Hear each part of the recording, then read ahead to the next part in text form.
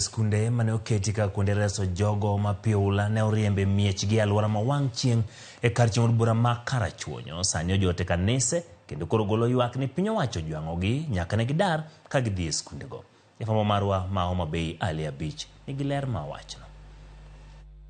Ndalo abich nyaka dar familia mano jote skunde ma opogore e kar chud bura ma Karachuonyo mane ulo dare mieregi ka iterogi e kanise mani alwora no. Oganda gi ywak ni ojwang'gi kendo gineno matek e kanise ma gijotego. Kanisa Dwen ma Kubuya en achiel kuom kanise ma familia mathoth ojote. Dir od kanisa ni ka nindo mag mine ka achiel kod nyithindgi kendo kae moko pedho piny pere mag nindo ka moko to pedho piny ongede mag ninde ka kombe mag jodolo bende magitwe nede mag geng'o suna kendo giywak ni kech oromogi nyaka ne tergi e kanisego. Koro ndalo ang'wen nyaka sani wan kod sida, konyruok watin, gimwanya jamo onge to wan kod nyithindo matindo kata nyithindwa modhi skul ka duogo to ni kod pek nikech gimwa nyalo chamo onge. Nyaka ne wa skul kony moro amora ma sirikal osemiyo wa onge, wan kanyo waling' kanyo wan kod chandruok mang'eny.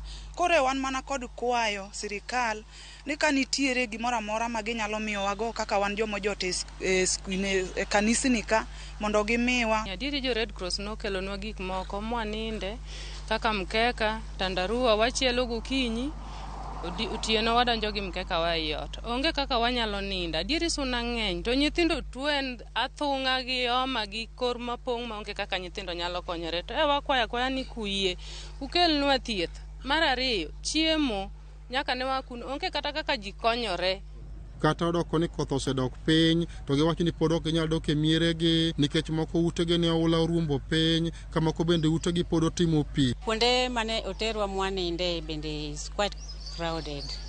Mok wanyal bedo maber kaka ngima mapile.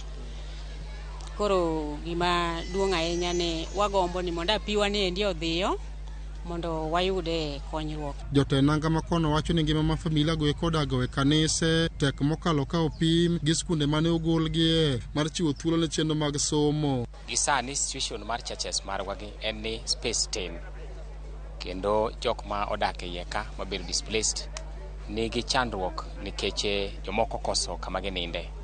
Koro chunowa ni nyaka wagolgi mondo wang'ondgi widhi e kanisni mamoko kata e center machiegni ma Miriuka.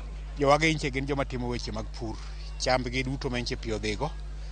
Nyithindo be koro dhi skul, konyruok nyalo bedo matek. Omiyo sani gin gi chandruok e weche mag konyruok e chiemo. Nyithindo koa skul nyaka koro ngima gi lokre. Kaka ne gidhi dala ginya yudo gimoro ma gichamo dala koro onge nikech nyaka koro gidogi ka gimanyo gima ginyalo konyore go kuom jonyuolgi modak e kanisni kuonde ma koro oting'ore gi malo. Kanisa mar Adwen e bade ma Kenya Lay Conference ma kanise mage en achiel kuom kanise ma koro familia go eko yude konyruok. Ne ochopo mar neno oganda go kendo chiwo negi chiemb kony ka achiel kod mwandu mamoko ma ginyalo tiyogo e kanise go. President mar Kenya Lay Conference Pastor Benson Ogayo oywago pek ma koro familia go eko sani koro kale kane okwayo sirikal mondo many kaka inyalo tieki wacho ula mosebedo ka chendo alwora no. Jomoko pedho ngete lo ka onge kata mattress. Wabiro kod assorted items ma samoro ok nyal bedo ni nyalo konyoge malacha enya to kamo mako to bende walemo ne sirikal marwa mar Homa Bay County ka achiel kod loch nanga marwa at national level ne a lasting solution manyalo konyo jogi ema mondo wabedgo nikech ma ok giko mar weche duto. Ka nitie gik minyalo tim to tem kapod kawuono iluongo ni kawuono. Ali Abich, Ramogi TV, Homa Bay.